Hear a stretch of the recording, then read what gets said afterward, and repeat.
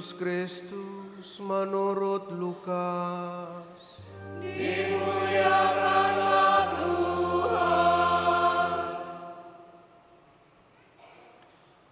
Theophilus yang mulia, banyak orang telah berusaha menyusun suatu berita tentang peristiwa-peristiwa yang telah terjadi di antara kita, seperti yang disampaikan kepada kita oleh saudara-saudara yang dari semula adalah saksi mata dan pelayan firman. Karena itu, setelah menyelidiki segala peristiwa itu dengan saksama dan dari awal mulanya, aku mengambil keputusan untuk membukukannya dengan teratur bagimu. Dengan demikian engkau dapat mengetahui bahwa segala sesuatu yang diajarkan kepadamu sungguh benar. Sesudah dicobai iblis di padang gurun dalam kuasa roh, kembalilah Yesus ke Galilea. Lalu tersiarlah kabar tentang Dia di seluruh daerah itu. Selama di situ Ia mengajar di rumah-rumah ibadat dan semua orang memuji Dia. Yesus datang ke Nazaret, tempat Ia dibesarkan. Menurut kebiasaannya pada hari Sabat, Ia masuk ke rumah ibadat, lalu berdiri hendak membaca dari kitab suci. Kepadanya diberikan kitab Nabi Yesaya, dan setelah membuka kitab itu, Ia menemukan nas di mana ada tertulis, "Roh Tuhan ada padaku, oleh sebab Ia telah mengurapi aku untuk menyampaikan kabar baik kepada orang-orang miskin. Ia telah mengutus aku untuk memberitakan pembebasan kepada orang-orang tawanan dan penglihatan bagi orang-orang buta, untuk membebaskan orang-orang yang tertindas, untuk memberitakan bahwa tahun rahmat Tuhan telah datang." Kemudian Yesus menutup kitab itu, mengembalikannya kepada pejabat, lalu duduk. Dan mata semua orang dalam rumah ibadat itu tertuju kepadanya. Lalu Yesus mulai mengajar mereka, katanya, "Pada hari ini digenapilah nas tadi sewaktu kamu mendengarnya." Demikianlah sabda Tuhan. Terpujilah Kristus.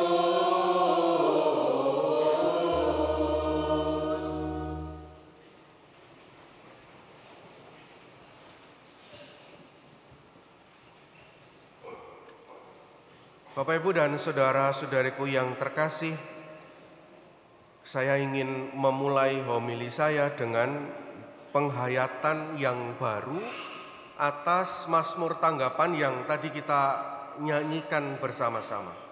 Tadi bagaimana perasaannya ketika mendengar atau menyanyikan lagu Mazmur Tanggapan? Bagaimana perasaannya? Ya wis nyanyi ae Romo kate lapo. Wong kur nyanyi mosok kita nggak nyanyi gitu.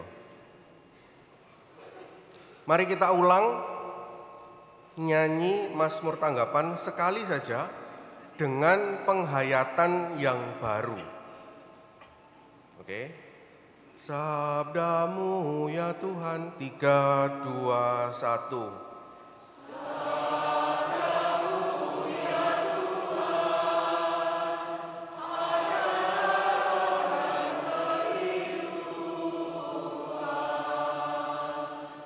Beneran tak?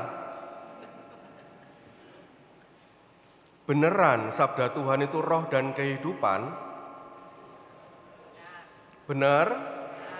Kalau enggak membaca sabda Tuhan mati?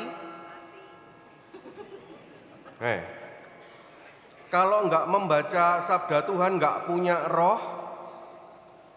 Benar? Maka siapa yang setiap hari membaca sabda Tuhan? Isin aku. Wis mati kabeh iki berarti. Bapak, Ibu, dan saudara-saudariku yang terkasih, hari ini kita merayakan hari Minggu Sabda Tuhan. Sabda Tuhan sungguh menjadi roh dan kehidupan bagi kita, dalam tanda kurung, seharusnya. Dalam perayaan Ekaristi misalnya, setiap kali kita merayakan perayaan Ekaristi, kita diberi makan dari 2 meja, yaitu meja sabda dan meja altar. Yang sering terjadi, yang sering kita hayati, waduh, kalau saya misa nggak terima komuni itu ada sesuatu yang kurang. Tapi tidak dengan kalau saya tidak mendengarkan sabda Tuhan ada yang kurang, enggak. Setuju apa enggak? Kalau saya misa, kalau saya enggak mendengarkan bacaan pertama, kedua, dan Injil itu ada sesuatu yang kurang dalam diri saya. Enggak. Biasa yang turu biasanya gitu.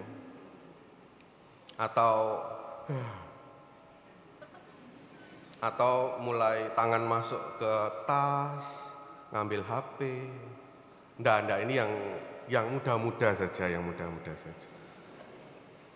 Atau mulai tolah-toleh gitu. Sehingga kalau keluar dari pintu gereja ditanya tadi bacaan Injilnya apa? Sembuh, lali.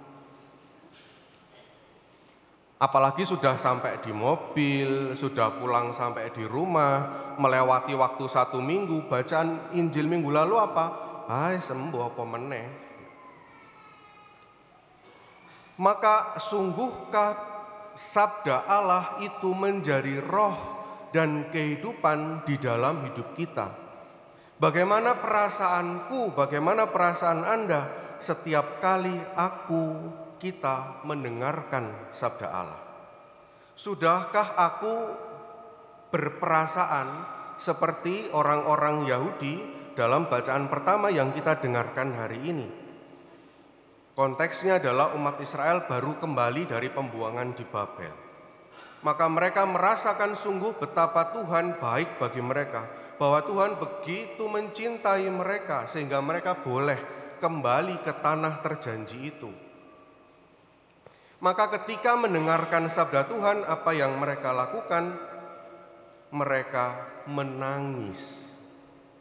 Karena mereka terharu betapa Tuhan mencintai mereka. Dan mereka boleh kembali lagi ke tanah terjanji yang dari dulunya mereka tinggali dan sempat dibuang oleh raja, dan kemudian mereka kembali lagi ke tanah itu. Dan peristiwanya adalah setelah mereka mendengarkan sabda Tuhan. Setelah mereka mendengarkan sabda Tuhan, hati mereka tergerak, hati mereka bersyukur, hati mereka mencintai kembali Tuhan, merasakan lagi karya Tuhan di dalam hidup mereka. Sekarang pertanyaannya, gimana perasaannya ketika tadi mendengarkan bacaan Injil? Biasa aja, Romo, wong ya gitu itu. Wong ya setiap minggu ya begitu. Wong ya setiap hari ya begitu. Apakah sabda Allah sungguh menggerakkan hatimu? Apakah sabda Allah sungguh menggerakkan hati kita, membakar hati kita sehingga kita punya roh dan kita punya kehidupan ketika mendengarkan sabda Tuhan itu?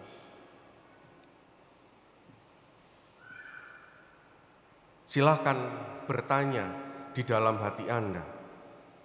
Dan perasaan yang sama, ketakjuban yang sama, kekaguman yang sama juga dialami oleh orang-orang Yahudi yang mendengarkan kata-kata Tuhan Yesus dalam bacaan Injil yang kita dengarkan hari ini. Ketika Tuhan Yesus membacakan nubuat Nabi Yesaya, "Roh Tuhan ada padaku, oleh sebab Ia telah mengurapi aku untuk menyampaikan kabar baik kepada orang miskin. Ia telah mengutus aku untuk memberitakan pembebasan kepada orang-orang tawanan dan penglihatan bagi orang-orang buta, untuk membebaskan orang-orang yang tertindas, untuk memberitakan bahwa tahun rahmat Tuhan telah datang." Ketika mendengarkan nubuat itu, hati orang-orang yang mendengarkannya terbakar. Hati orang-orang itu kemudian hidup, kembali lagi menyadari betapa Tuhan sungguh mencintai kita orang-orang miskin ini. Tuhan sungguh mencintai kita orang-orang yang jauh daripadanya, sehingga ia mengutus anaknya ke tengah dunia. Sehingga ketika mendengarkan itu semua, Yesus menutup kitab itu, mengembalikannya kepada pejabat, lalu duduk, dan mata semua orang dalam rumah ibadat itu tertuju kepadanya. Bapak, Ibu, dan saudara-saudariku yang terkasih, mari, homili saya simpel saja. Saya mengajak Anda semua, saya mengajak Anda semua, Bapak, Ibu, dan saudara-saudariku yang terkasih, kaum muda yang terkasih, untuk sungguh mencintai sabda Tuhan. Untuk sungguh mengenal siapa itu Tuhan Yesus hanya melalui sabda Tuhan. Kita tidak akan pernah mengenal Tuhan Yesus kalau kita tidak pernah membaca kitab suci. Kita tidak pernah tahu bagaimana betapa Tuhan baik dalam hidup kita kalau kita tidak pernah membaca kitab suci di dalam hidup kita. Setiap liturgi gereja Katolik, perayaan-perayaan, ibadat-ibadat selalu diwarnai dengan kitab suci, selalu diwarnai dengan sabda Tuhan untuk menumbuhkan kecintaan kita kepada sabda Tuhan. Maka mari kita mencintai sabda Tuhan itu. Mari kita keluar dari pintu gereja ini, masuk mobil, kembali ke rumah, dan mencintai sabda Tuhan di dalam hidup kita. Mau baca sendiri boleh, kalau malas ajak koncone, kalau malas lagi ajak keluarga, tambah malas maneh gitu. Suami ngajak istrinya, istri ngajak suaminya, ayo baca kitab suci lagi. Diajak anak-anaknya, ayo kita berkumpul dalam satu keluarga, kita baca kitab suci bersama-sama. Dan dengan cara itu kita mencintai sabda Tuhan. Bisa karena biasa. Bisa mencintai sabda Tuhan karena biasa mendengarkan sabda Tuhan. Kalau tidak biasa mendengarkan sabda Tuhan, maka mau romoni ngomong berbusa-busa sampai kejet-kejet, yoga akan bisa. Karena memang tidak biasa membaca sabda Tuhan, tidak biasa mendengarkan sabda Tuhan. Maka ini adalah kesempatan yang sangat indah, hari Minggu Sabda Allah, kita diminta untuk mencintai sabda Allah. Dan semoga hati kita digerakkan, hati kita diteguhkan untuk berani mengambil buku yang berdebu itu, membersihkannya, mulai membuka dan membacanya. Di HP juga ada. Berkat Tuhan menyertai kita sekalian.